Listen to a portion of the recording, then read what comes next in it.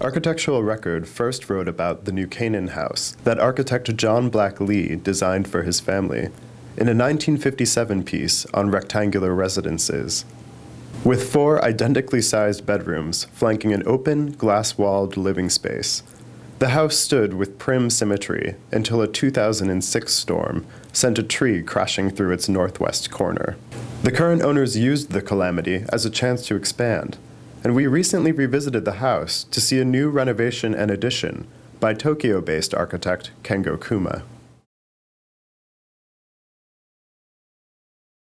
Kuma's renovation removes Lee's kitchen from the house's central open space, and it adds a larger kitchen, a dining room, and a master bedroom in an L-shaped pavilion just to the west of the original house. When we decided to work with Kuma, I researched what he had done and everything he had done, just merge the architecture in the landscape, just let it, don't call attention to the architecture, just let it float. And because the John Black Lee Pavilion is so symmetrical, many architects didn't want to touch it at all. They wanted to either go below grade or build an entirely separate pavilion. And I very much wanted the new piece to flow. I wanted them some way connected without violating John Black Lee's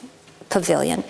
And so Kengo Kuma he nests a connector underneath the existing eave and under the new eave. It sits on a concrete foundation and it has concrete steps and it's following the sloping grade.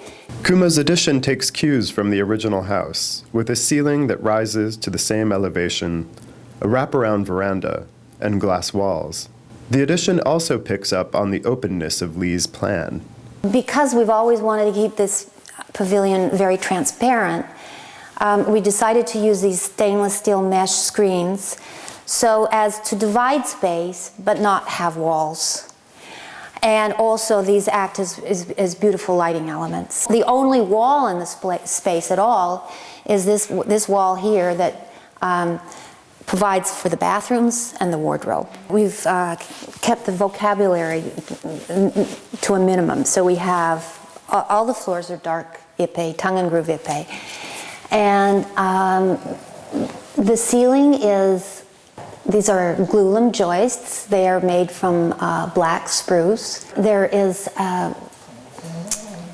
white maple plywood that is above them. So the idea was to keep the floors quite dark and the ceilings light. We found, living in the John Black Lee Pavilion and now in this pavilion, how important and how much we love these eaves that wrap around, because what they do is they, in the winter, they keep the house warmer. You don't have all the elements raining down or snowing down on your glass. And in the summer, they keep it cooler because they shade. And it was very important to Kengo Kuma and the team to keep the glazing so that the curtain wall had absolutely no metal on the exterior. So the columns are on the inside and the silicone joint is on the exterior. So when you look down these porches, it's glass.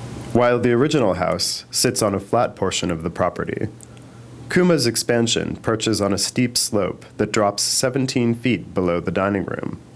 We really love the sloping grade, and I know Kengo Kuma, when he first came here, I mean, he walked right over here. He knew this was where it was going to go. One of the sensations I had once this was finished and we started to actually live in the new pavilion was I realized how much we were using our whole piece of property, that we had pushed out on all sides, really. I mean, our views had pushed out. I figure, if you're going to live in a glass house, there's no sense in covering the glass.